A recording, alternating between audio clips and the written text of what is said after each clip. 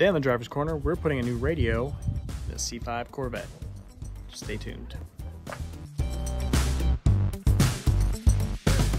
Video, I am not going to show you how to take out the console. It's only like 6 bolts.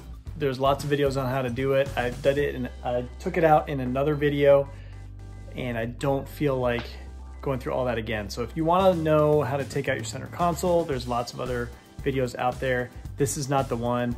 This one's going to start from me working on the harness and then actually taking the stereo out and putting the new one in.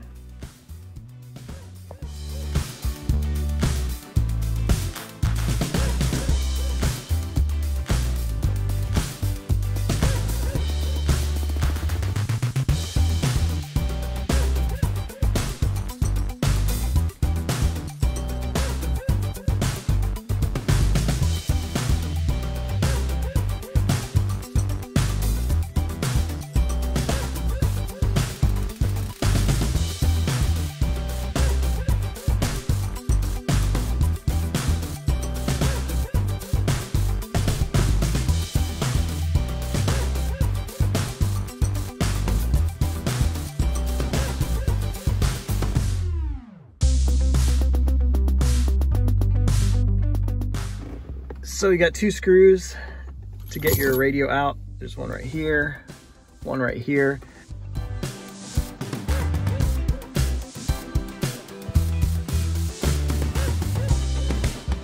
So I know a lot of guys are swapping to a double DIN system. I don't really care about stereo stuff.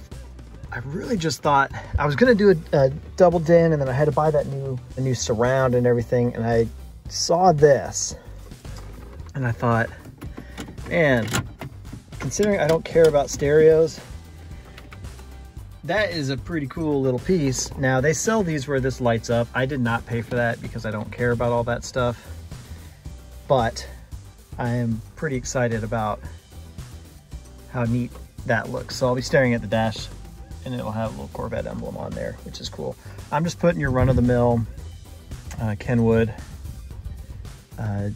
MP3, whatever, Bluetooth radio in here because I don't care. So here we go. So this right here is what you need in order to connect a aftermarket radio to your Bose interface.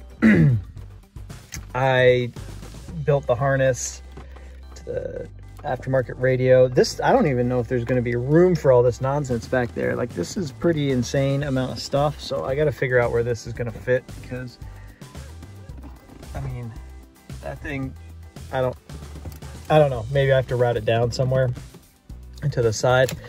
This wire right here, this is the power wire. Let's see what I can do.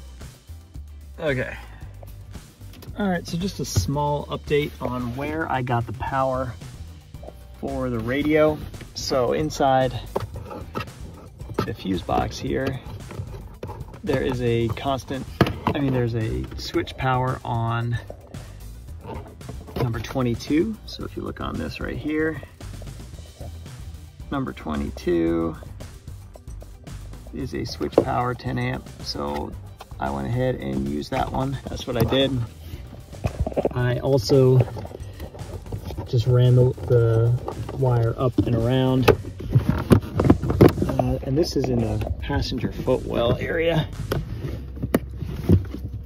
under the carpet. So it wasn't really hard to fish it up in behind all that and get it into the radio. So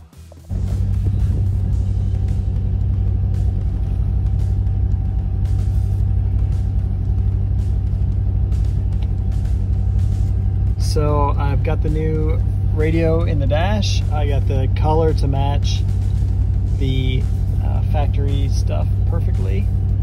I think I'm gonna go ahead and swap this out one day, the backer plate for that, with a red one, just because my car is red and I've got kind of the red,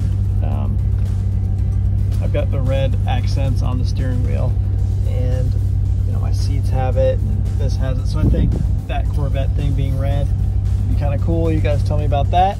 But overall, now I can Bluetooth connect to my phone. I did install the microphone as well. There's a little bit more work I have to do on this steering wheel surround. So mine was cracked up here. I'm gonna order a new one, but the steering wheel's still rubbing on it a little bit. Like this adapter plate is rubbing. You can hear it. Oh, it's annoying, so I gotta fix that.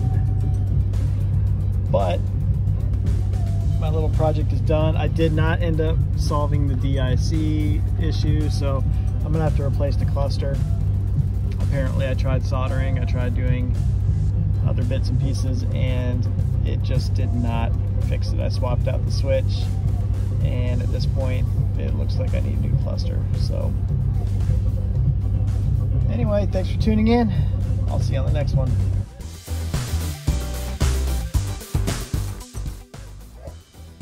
Yeah, so now just in case I'm driving down the road and I forget what car I'm driving, it says Corvette on the airbag, and it also says it where the radio goes. I'll never forget. It's perfect.